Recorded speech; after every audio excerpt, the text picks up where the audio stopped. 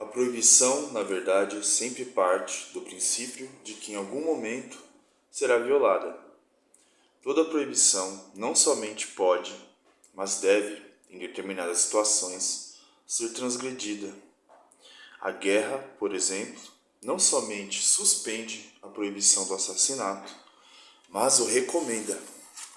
Isso aqui é a Viviane Mosé, A Espécie que Sabe, do Homo Sapiens, A Crise da Razão, página 37, segundo capítulo, um ponto importantíssimo aqui, que fala sobre as proibições, de como o ser humano foi atribuindo proibições, algumas ações foram sendo proibidas, entre elas, muito ligada à sexualidade, o quanto a sexualidade humana precisou se restringir, se limitar. Só que, diante da proibição, como a Viviane bem coloca aqui, há sempre a expectativa, talvez, ou a possibilidade de uma transgressão. Nesse momento aqui que diz que algumas proibições devem, em determinadas situações, serem transgredidas, me fez pensar muito no âmbito da nossa lei, da nossa justiça, né, da nossa sociedade. Muitas leis estão aí, mas será que elas são mesmo justas? E será que são justas? Se são justas, é justo para todo mundo? Será que toda lei ela é inabalável? Ela é inquestionável, né? Para a gente pensar que às vezes tem uma ideia que circula aí muito nas redes, né? De que algumas desobediência civil, muitas vezes elas servem para a gente progredir, para a gente ir para frente, para a gente se movimentar, transformar, né? Então, vamos pegar essa ideia aqui, né? E a proibição, além de tudo, não impede que um determinado ato aconteça.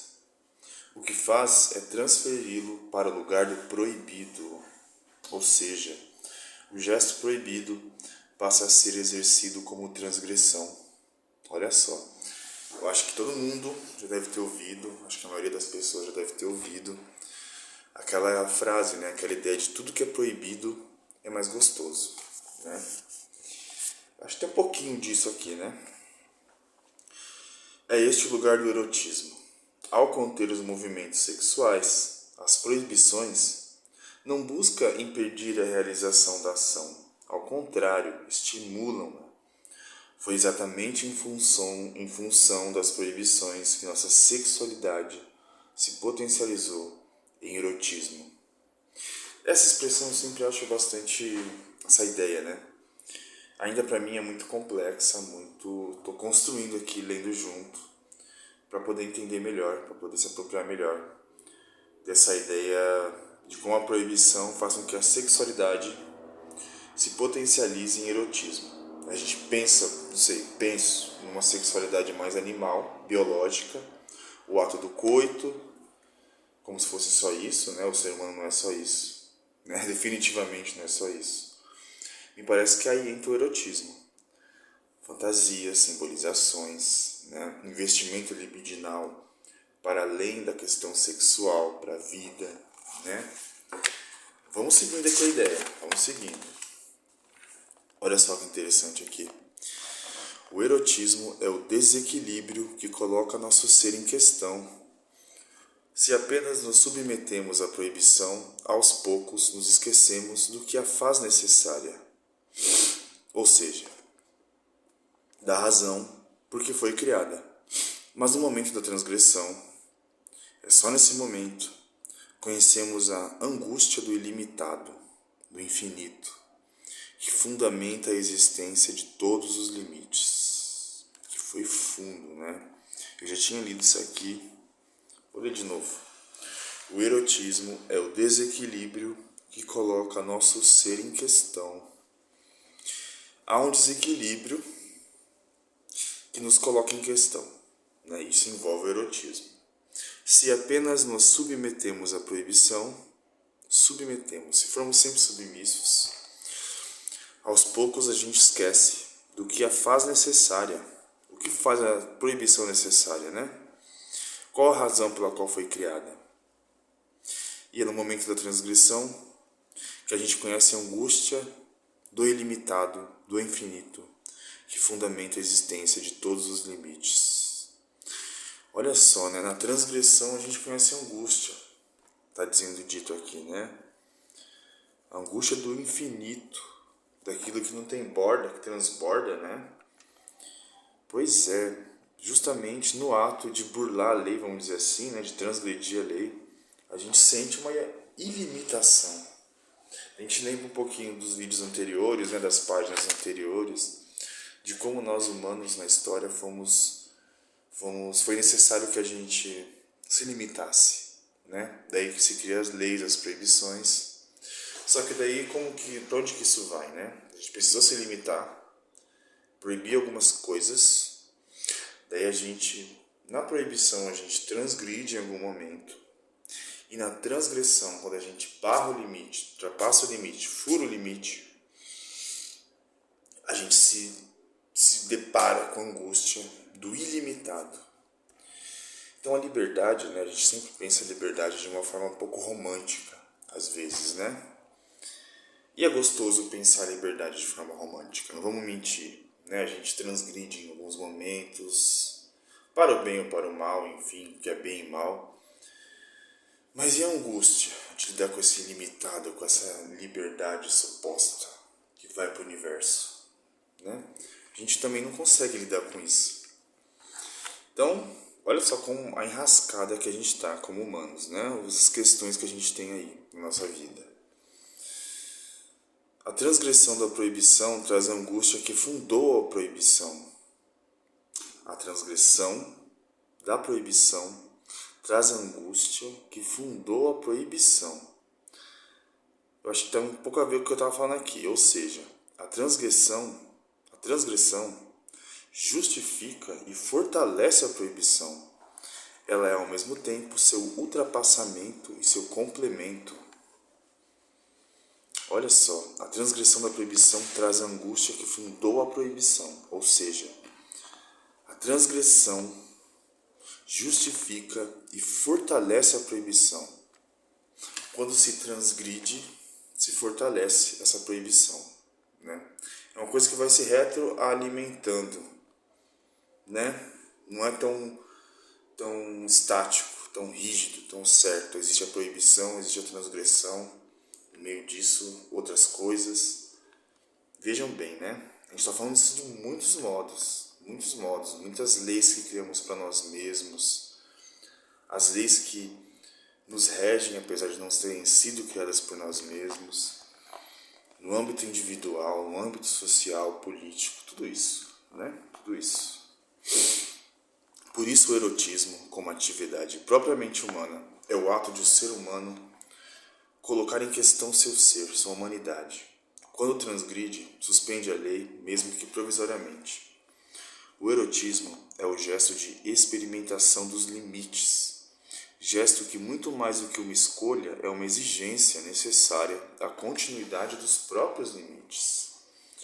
É em torno deste paradoxo, de alguma forma, Bataille sustenta sua compreensão sobre o erotismo.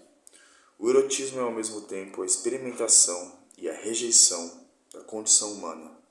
É seu desejo de ultrapassamento. O erotismo é ao mesmo tempo a experimentação e a rejeição da condição humana. Olha como é ambíguo, né? A gente experimenta, a gente compreende, a gente se dá conta dessa condição humana e ao mesmo tempo a gente rejeita, né?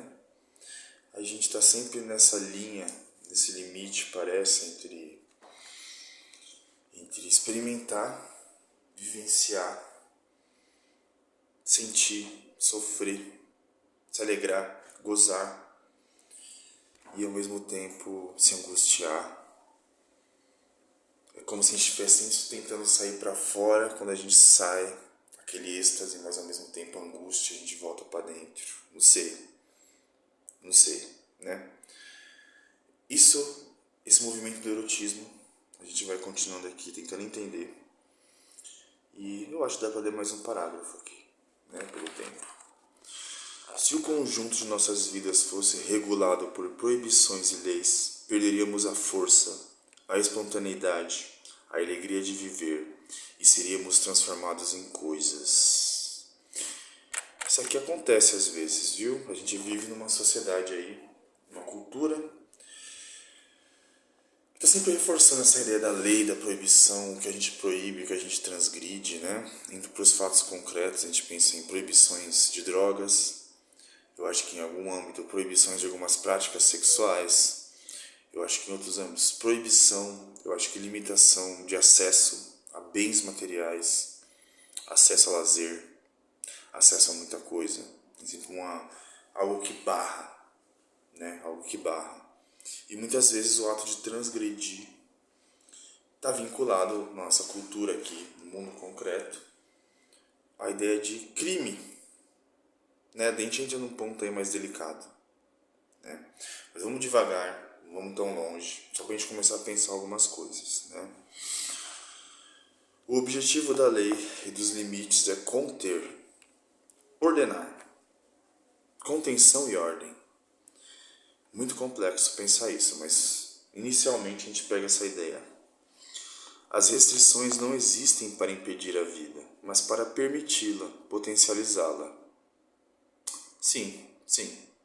É necessário restrições, né? É necessário restrições, porque como eu disse até no vídeo anterior, essa ideia de que o humano nasce, como se diz, propenso para o bem, é uma ideia um pouco questionável, vamos dizer assim, né? Tanto para o bem quanto para o mal. Então, a gente precisa de restrição para conter essa coisa humana que tenta transbordar, né? Muitas vezes de forma violenta, né? Então é necessária a restrição. A questão aqui é quando a restrição se torna um imperativo que defende uma ideia, exclui algumas pessoas, extermina outras pessoas, causa desconforto no sentido de humanidade, né? De não ser transformado em coisa, né?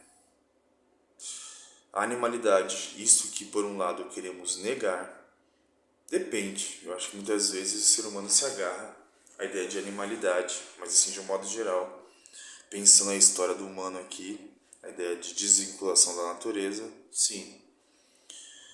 Pois é, animalidade, isto que por um lado queremos negar, mas aqui por outro estamos fisiologicamente atacados. Este excesso desordenado que permanece em todos nós é aquilo que faz com que não possamos ser reduzidos a objetos. De novo, a animalidade, isso que por um lado queremos negar, mas aqui por outro estamos fisiologicamente atacados. Este excesso desordenado que permanece em todos nós, o excesso, né, a animalidade, é aquilo com que não possamos ser reduzidos a objetos. A humanidade que conquistamos com tanto investimento tende a nos transformar em automatos, né, robôs. É o vigor, o excesso, o desequilíbrio que nos protege dessa robotização. A alegria, a dança, a sexualidade, o erotismo interferem nos gestos e se impõem, demonstrando a seriedade e a sisudez, trazendo vida, intensidade, força. Isso aqui é a importância do erotismo para a nossa vida, nossa existência, para a gente poder caminhar, né, para a gente poder criar, para a gente poder ir para frente, para os lados, para trás, se precisar, e aí vamos. Né? Temos desafios aqui enquanto humanidade. Né? Isso aqui parece ser um livro de filosofia, de reflexão, mas como eu já coloquei aqui, a ideia é que a gente pense para a nossa prática, para a nossa vida, né? Que a gente pense os desafios que temos como humanos. E claro, isso vai estar implícito, está explícito no campo político, no campo do sujeito, no campo humano.